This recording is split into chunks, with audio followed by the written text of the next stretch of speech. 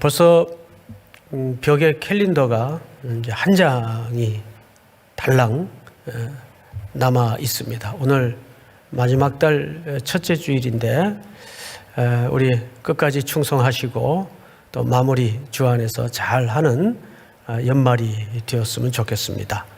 이제 환대와 구원이라는 주제도 세 번째로 오늘로써 마치도록 하겠습니다. 다음 주부터는 좀 다른 본문과 주제를 가지고 말씀을 나누겠습니다. 환대와 구원을 강조하다 보니까 이걸 또 엉뚱하게 적용하는 사람들이 있어요. 며칠 전에 우리 청년들이 새 직장이 생겼다고 인사를 온다 그래서 만났어요. 무양실에서. 그런데 선물로 카드를 하나 갖고 왔어요. 이런 달무티라는 카드 아세요? 끄떡거리시는 거 보니까 대부분 다 아시는 것 같아요. 그 카드 놀이의 그 핵심은 세상은 불공정하다. 이게 이제 핵심 아닙니까? 근데 이제 배우는 그 내용이 간단해요. 그래서 이제 금방 이제 배워가지고 집에 가서 이제 아이들을 앉혀놓고 달무티 카드 놀이를 열심히 했습니다. 저는 이제 배운 지 며칠 안 되잖아요. 근데 어쩌다가 제가 연거푸 왕이 됐습니다. 2번씩이나. 그리고 이제 저를 가르쳐 준 이제 막내가 거지가 됐어요. 거지가. 그것도 2번씩이나. 그러니까 얘가 약이 올랐나 봐요. 저는 이번에 깨달았어요. 제게 이 카드놀이의 은사가 있다는 걸 이번에 깨달았어요. 그랬더니 털고 일어나면서 이 녀석이 하는 말이 아빠 환대해드렸다. 약을 올리더라고요. 아주 나쁜 방법입니다. 환대는 그런 개념으로 적용을 하면 안 되죠. 그건 환대가 아니라 약을 올리는 거죠. 어쨌든 참 근간에 우리 삼일교회 이렇게 불개하신 따뜻한 온풍이 무척 저는 반갑습니다.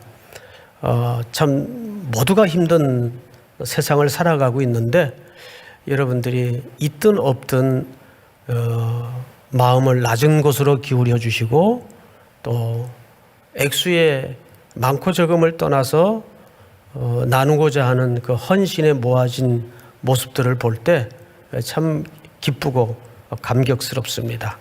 그래서 오늘은 그 마지막 시간으로 내 이웃의 탄식에 귀를 기울이라.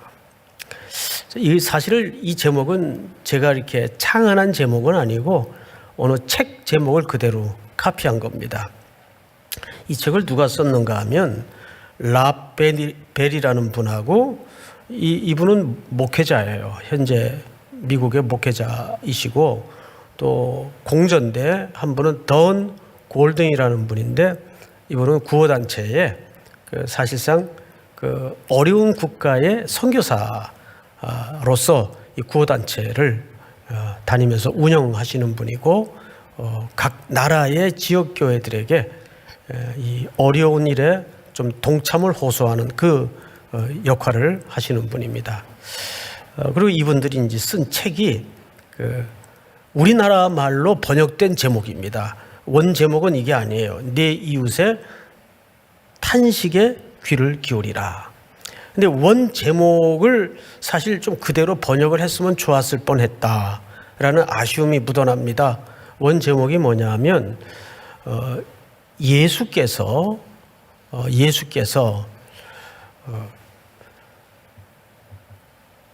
그리스도인들을 구원하시기를 원하신다.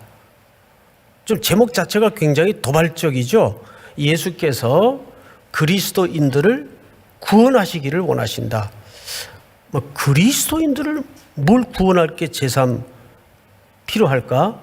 근데 이 책의 내용은 이런 결말을 가지고 옵니다.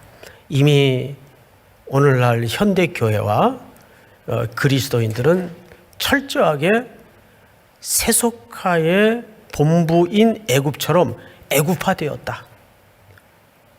바벨론화되었다. 로마 제국화되었다. 그 가치관에 현대인들은 묶여있고 억압당하고 속박돼 있고 벗어나지 못하고 그 속에서 버무려진 그 옴짝달싹할 수 없는 제도의 악 속에서 빠져나오지도 못하고 그 제도의 성향을 따라서 더 많이 더 높이라는 가치관에 매달려서 중독이나 속박돼 있다. 이런 내용의 책입니다. 그 내용이 굉장히 충격적인데 오늘은 출애굽기 3장의 이 본문을 통해서 우리가 말씀을 좀 나누도록 하겠습니다. 우선 본문은 7절부터이지만 3장 1절부터 좀 보도록 하죠. 출애굽기 3장 1절을 보시면 모세가 그의 장인 미디안 제사장 이드로의 양떼를 치더니 그 떼를 광야 어느 쪽으로요? 서쪽으로 인도하여 하나님의 산 호렙의 이름에 이렇게 되어 있어요. 자, 앞을 잠깐 보십시다. 또 온라인으로 예배하는 성도님들도 화면을 좀 주시해 주시기 바랍니다.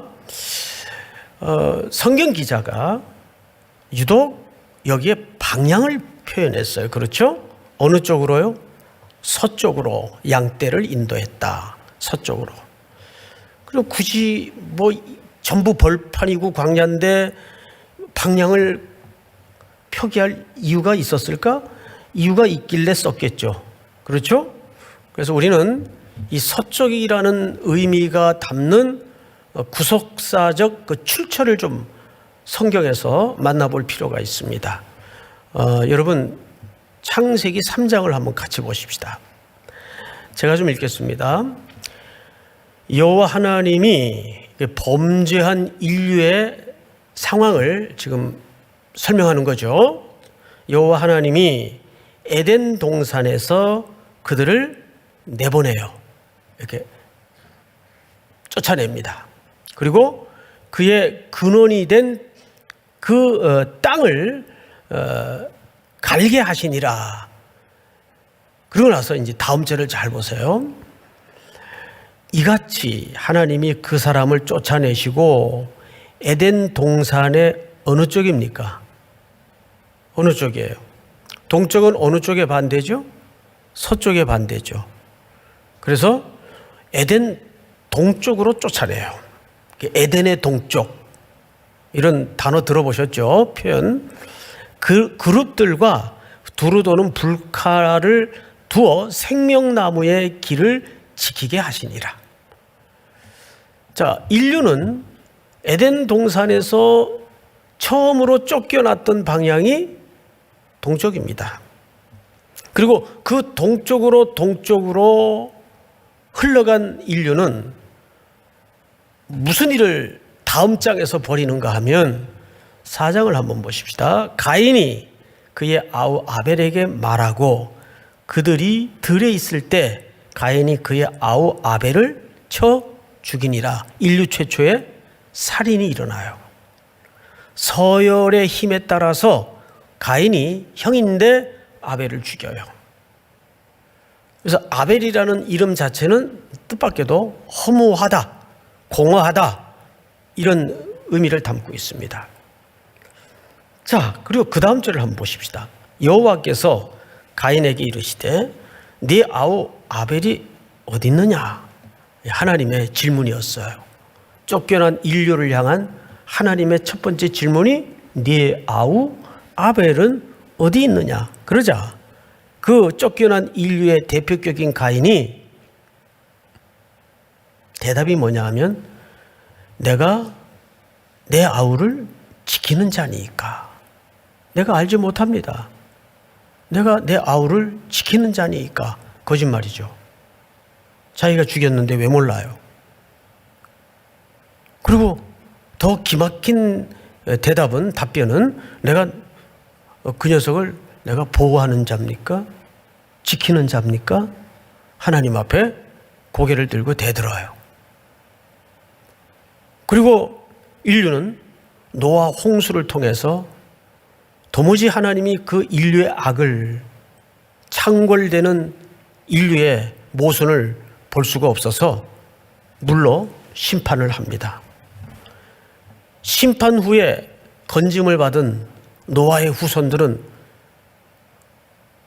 창세기 11장에 보면 뭐를 쌓기 시작하죠? 벽돌로 바벨탑을 쌓기 시작해요. 우리가 보호하자. 우리 스스로를. 그러니까 쫓겨난 인류는 첫 번째가 자기 자신이 왕이에요. 내가 내 인생은 책임져야 된다. 이게 요지예요. 이게 제국과 왕국이 갖는 핵심 가치입니다. 그리고 인류는 더 들어가면 이제 애굽의 노예살이를 하게 됩니다. 근데 오늘 성경을 좀 이제 본문부터 볼까요? 7절. 이렇게 되어 있어요. 여호와께서 이르시되 내가 애굽에 있는 내 백성의 고통을 분명히 보고 그들이 그들의 누구로 말미암아 감독자로 말미암아, 이 표현 무심히 지날 표현이 아니에요. 자, 앞을 잠깐 다시 보실까요? 누구로 말미암아? 감독자로 말미암아 부르짖음을 들었다 그랬어요. 그러니까 이들의 고통의 현실적인 이유가 뭐예요? 감독자들의 압제와 폭거예요. 그럼 여기서 말하고자 하는 감독자는 뭘 얘기하고 싶은 걸까요? 이건 오늘날 우리 현대 문명을 살아가는 그리스도인들에게는 정말 해당되지 않는 단어일 것 같습니까? 여러분, 우리들에게도 감독자들이 있어요. 억압된 제도, 이도저도 할 수 없는 어떤 상태, 이거 전부 우리를 억압하는 존재들이에요. 인류는 여기에 속박돼 있어요. 어느 히브리 노예 가정 저녁에 벌어진 아빠와 딸의 대화를 이 책에 써놨는데 그냥 제가 여러분 듣기 편하게 각색을 해서 표현을 좀 해드리겠습니다. 저녁에 아빠가 하루 종일 날라드는 채찍을 맞아가며 고된 노동을 마치고 들어와요. 집에 귀가를 하는 거죠. 딸이 반가운 걸음에 아빠를 맞으러 나갑니다. 아빠, 오세요. 오늘도 얼마나 힘드셨어요. 근데 여느 때도 지쳐 힘이 없었지만 오늘따라 유독 풀이 죽어 있어요. 그런데 아빠의 팔을 보니까 팔에 상처가 나 있고 붕대가 헝겊조각 같은 것들이 감겨져 있어요. 깜짝 놀란 딸이 묻죠. 아빠, 팔 왜 그래요? 웬일이에요? 아무것도 아니야. 어디 좀 봐요. 상처가 심해요. 이거 아빠 어디 다치거나 누가 때린 흔적인데 무슨 일이 있었어요? 감독관한테 맞았어. 왜요? 여느 때 같으면 벽돌만 만들어도 되는데 이제는 그 벽돌의 견고함을 위해서 저 멀리 떨어져 있는 장소까지 가서 짚을 얻어다가 벽돌에 이겨서 만들어야 되는 새로운 가중된 명령이 떨어졌기 때문에 감독관이 요구한 대로 벽돌 숫자를 채울 수가 없었어. 딸이 너무 속상해서 아빠에게 물어요. 아빠, 그 감독관도 사람인데 그렇게 사정을 안 봐주시던가요? 예, 그게 그렇게 간단한 일이 아니야. 그 감독관 위에 또 할당을 요구받은 감독관이 또 있기 때문에, 그리고 그 감독관에게는 그 위에 감독관이 또 있기 때문에 계속 이런 물리적인 고통은 쓸려 내려오게 돼 있단다. 그래서 그 감독관 위에를 거슬러 올라가다 보면 맨 마지막에는 누구를 만나나요? 바로 제국의 실질적인 권력자. 근데 그 당시 그 바로가 무엇 때문에 이렇게 벽돌을 만들도록 명령했는지 아세요? 큰 규모의 자기들을 안전히 보장할 성을 쌓고 성을 만들기 위해서 이런 가혹한 명령을 인류에게 짐을 안깁니다. 자, 그러면 여기에는 이 고통이 개인적인 고통에 국한된 것만이 아니라 이것이 애굽 안에 제도적인 문제로 구조적 악이 웅크리고 있어요. 그리고 위에 있는 사람들은 그 권력을 유지하기 위해서, 그 높은 위치를 유지하기 위해서 자기 아랫사람들을 더 기계화시키고 수단화시키고 도구화시킵니다. 거기에 어디에도 하나님의 형상대로 지음받은 하나님의 형상의 회복에 대한 몸부림과 갈등은 없어요. 오로지 인간은 기계가 되고 도구가 되고 수단이 되는 거죠.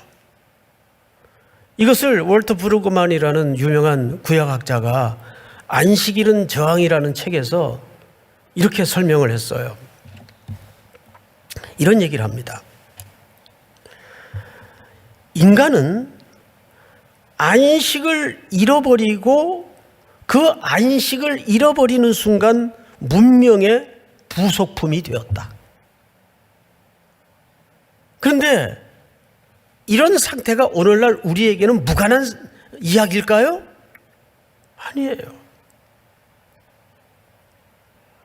결국 인간의 문제는 낙원의 안식을 잃어버리고 그 안식이 깨지면서 그만 인간은 문명의 부속품으로 전락을 해버리는 겁니다.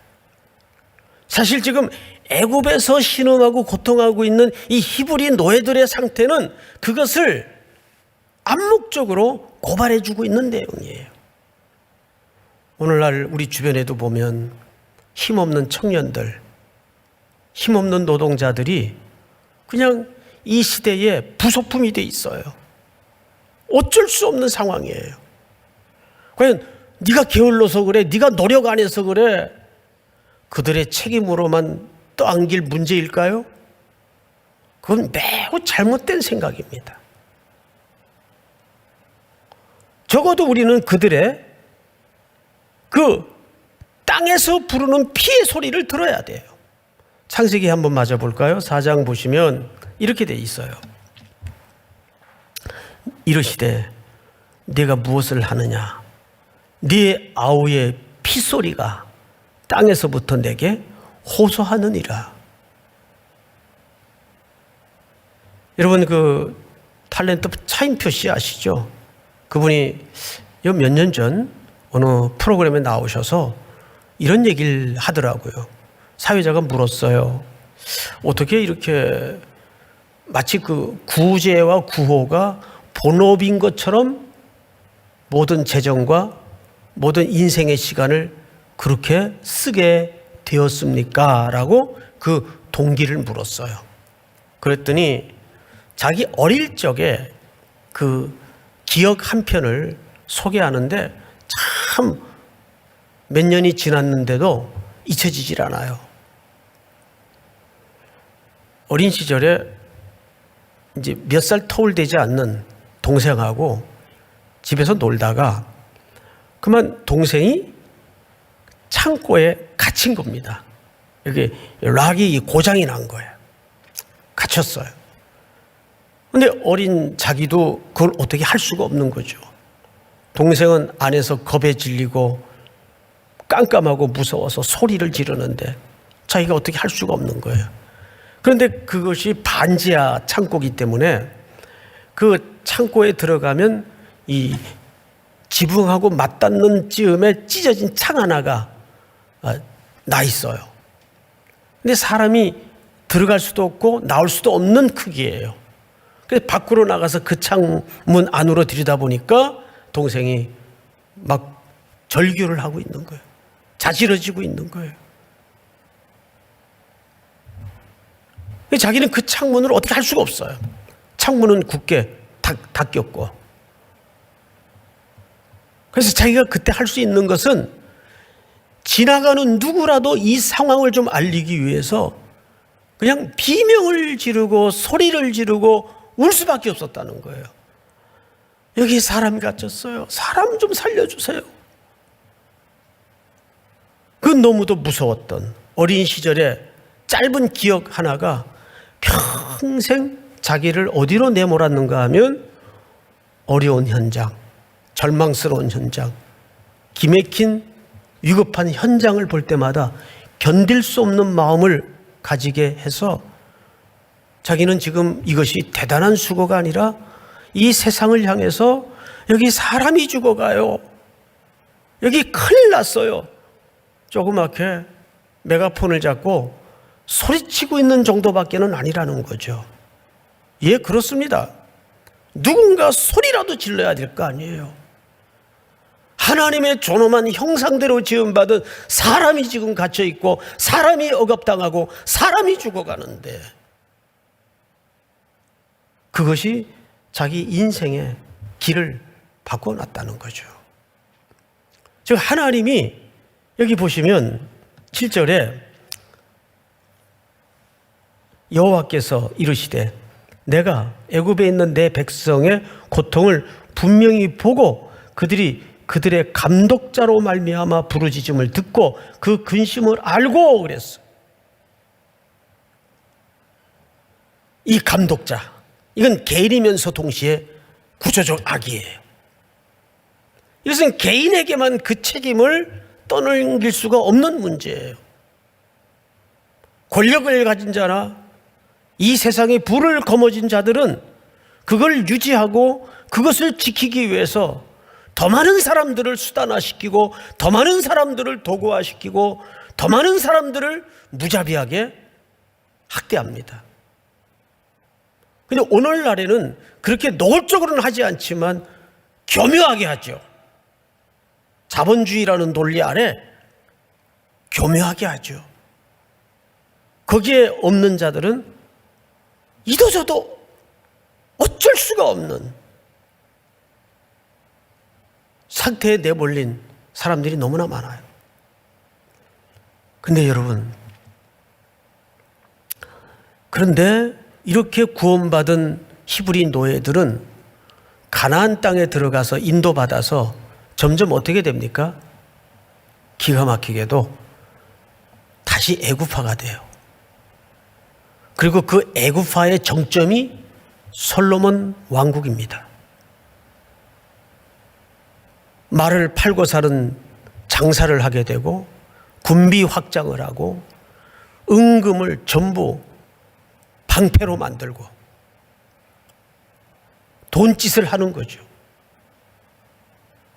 그리고 솔로몬이 왕 위에 등극하고 나서 첫 번째 한 일이 국가의 안위를 담보하기 위해서 애굽의 바로의 딸과 정식 결혼을 합니다. 그 이후에 그가 맞이한 후궁은 700, 첩은 300입니다. 그들이 가지고 온 각양각색의 우상 숭배는 여호와 하나님의 종교와 혼합주의의 절정을 이루었던, 그래서 하나님의 성전은 철저히 장사의 현장이 되고 세속화의 현장이 되고 우상 숭배의 현장이 되는. 그래서 오늘 이 저자가 라벨과 던 골든이 강조하고자 하는 게 뭐냐면, 다시 현대인들은 뉴 출애굽이 이루어져야 된다. 오늘날 교회나 개인이 예수의 이름을 팔아서 기독교의 색깔을 더 씌워서 부를 축적하고 잘 먹고 잘 사는 것을 추구한다면 그래 왔잖아요. 사실은 그래 왔단 말이에요. 예수의 이름을 팔아서 복을 구하고 예수의 이름을 팔아서 권력을 추구하고 이것이 애국과 뭐가 달라요? 교회도 오늘날 서서히 우리도 눈치채지 못하는 사이에 규모가 선이 되어버리고 크기가 정의가 되어버렸어요. 이게 얼마나 끔찍하고 전율스러운 인식이어야 합니까?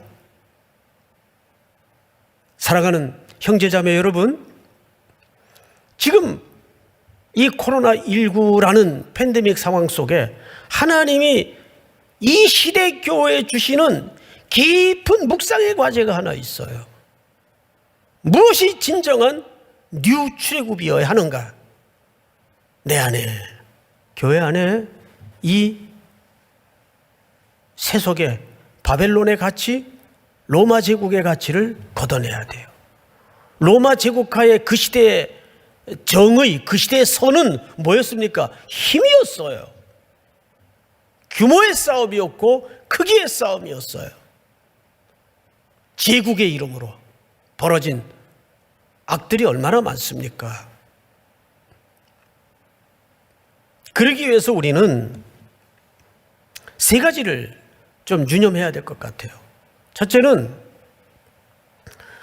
얼마를 많이 모으느냐가 중요한 것이 아니고 얼마를 많이 나누느냐, 이것이 탈애굽파의 첫 번째 우리 인식입니다. 제가 환대와 구제라는 주제로 말씀을 2주 전에 시작하면서 환대는 우리의 목적이 되어서는 안 된다. 우리 삶의 본질이 돼야 된다. 기억나십니까? 환대는 우리 인생의 목적이 되어서는 안 돼요. 내 삶의 본질이 돼야 돼요. 그러기 위해서는 얼마나 많이 모으느냐가 아니라 얼마나 많이 나누느냐. 두 번째는 얼마나 많이 모이느냐가 아니라 얼마나 많이 나가느냐. 땅끝까지를 향해서 그 피의 호소와 피의 부르짖음이 들리는 그 현장을 향해서 얼마나 많이 나가느냐가 우리의 실력이어야 합니다. 믿습니까? 그리고 얼마나 많이 아느냐가 중요한 것이 아니고 얼마나 사느냐가 우리의 싸움이어야 됩니다. 오늘 하나님은 그 명령을 누구에게 하고 있어요? 성경을 잘 보세요. 몇 절을 보시냐면 9절 이제 가라. 이스라엘 자손의 부르짖음이 내게 달하고 애굽 사람이 그들을 괴롭히는 학대도 내가 보았으니. 하나님이 이제 가라 그래요. 누구 보고? 모세 보고. 그런데 여기 보시면 7절을 다시 보세요. 8절을 내가 내려가서 그들을 애굽인의 손에서 건져내고, 여기 내가는 누구를 주어로 한 겁니까? 그렇죠. 분명히 애굽에 누가 내려가겠다 그랬어요? 하나님이. 근데 11절에 건너와서는 9절에 건너와서는 누구 보고 가라 그래요? 네가 가라. 근데 앞절에서는 내가 가겠다. 근데 네가 가라. 이 양자 사이의 함수 관계는 뭘 의미할까요? 하나님이 내려가서 하나님이 그들을 구원하시는데 그걸 누굴 통해 하시겠다는 겁니까?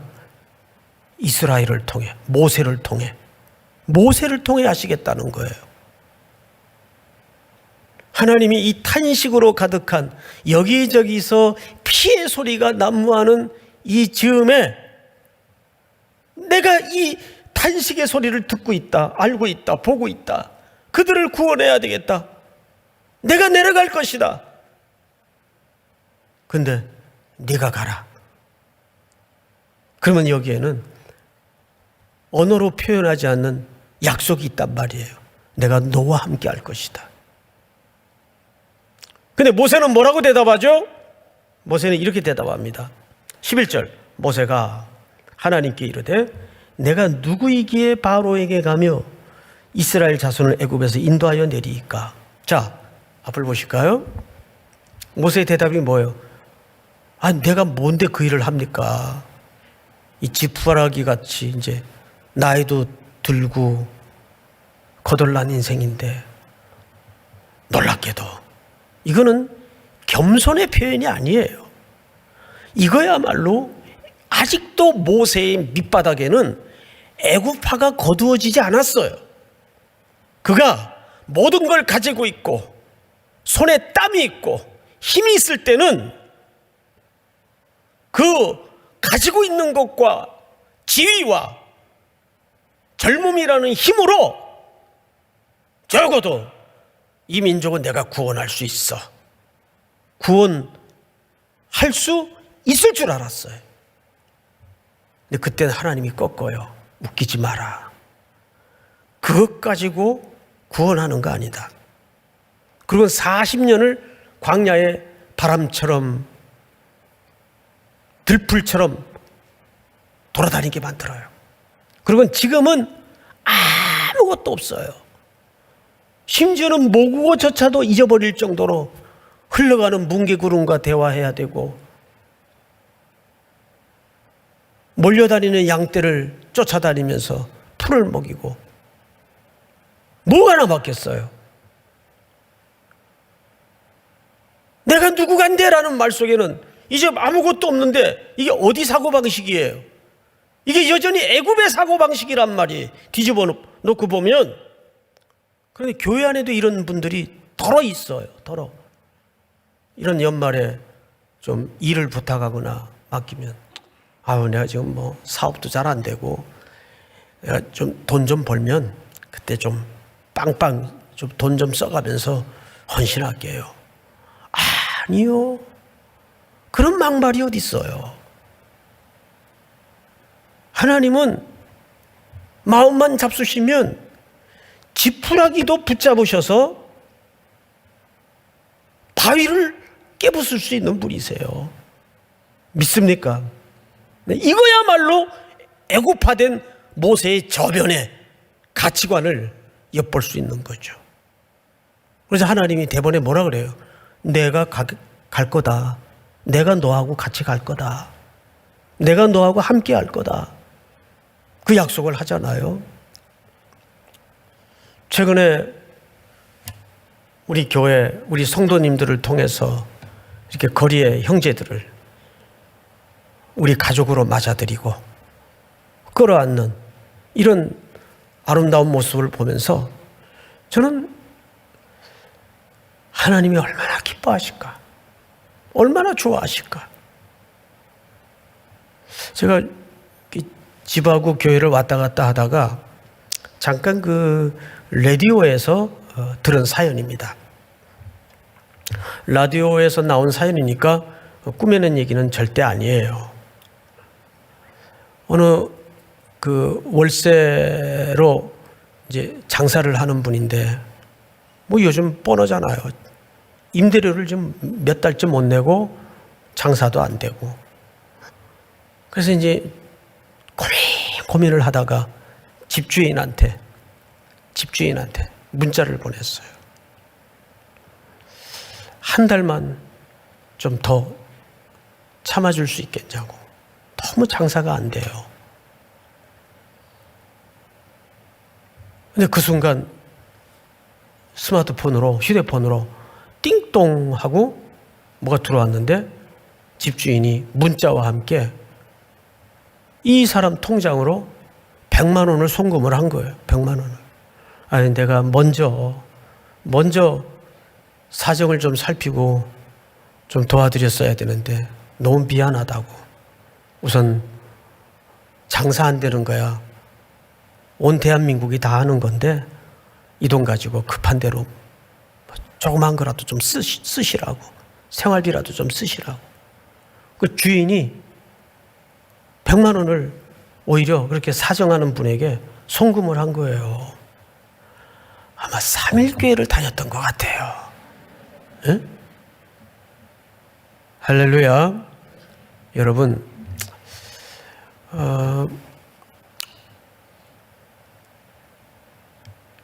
우리는 첫째는 내 속에서부터 탈애굽화가 이루어져야 돼요.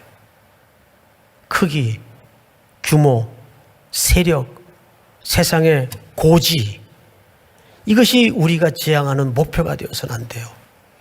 혹 여러분 중에 기억하실지 모르겠습니다만은 제가 2012년 우리 3일교회 담임 목사로 부임할 때 얼마나 관심이 많았겠어요. 말도 많았던 상황이었고 여기저기 인터뷰를 부득이 할 수밖에 없었어요. 오해도 좀 풀어줄 상황이었고, 그중에 제가 지금도 기억이 나는 게 우리 청년들로부터 받았던 질문이에요.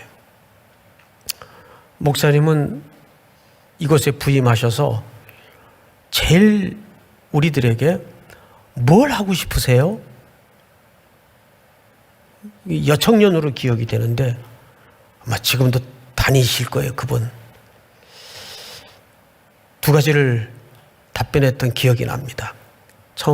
첫째는 우리 청년들에게 하나님의 말씀을 바르게, 그리고 창세기부터 계시록까지 정말 다 좀 함께 나누었으면 좋겠다는 개인적인 소원이 있고, 둘째는 이 사회의 고지가 아니라 저지대로, 낮은 곳으로 우리 청년들과 함께 그것을 살피고 함께하는 그런 사역에 집중을 좀 하고 싶습니다. 그렇게 인터뷰를 했던 기억이 나요. 그리고 그 중심과 그 생각은 지금까지도 변질됐거나 흔들린 적은 없어요. 앞으로도 그렇게 가겠죠. 이렇게 애굽화된 현대의 교회들이 출애굽을, 아니 새로운 출애굽을 이루려면 우리는 하나님이 그동안 허락하시고 부어주신 모든 것들을 그런 제도적인 억압과 여러 가지 개인 편차에 따라서 약할 수밖에 없는 현장과 대상들을 향해서 끊임없이 우리는 손 내밀어주고 주님의 손과 발이 되어주는 우리 3일의 모든 공동체가 될 수 있기를 주님의 이름으로 축복합니다. 우리 다 일어나십시다.